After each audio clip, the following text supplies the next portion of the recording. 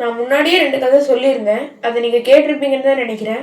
அதில் நம்ம வியாச முனிவரோட குரு தான் நாரத முனிவர்னு பார்த்துருப்போம்.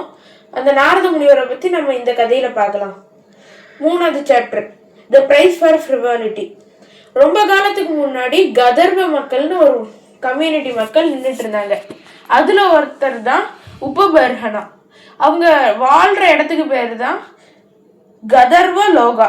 உபபர்ஹனா ரொம்ப அழகா இருப்பாரு. கூடவே அவரையே மாலையால் அலங்கரிச்சிருப்பாரு. அவர் எல்லா இடத்துக்கும் போய் கடவுளை பத்தி சொல்றவங்க தான் இந்த கதர்வ மக்கள்.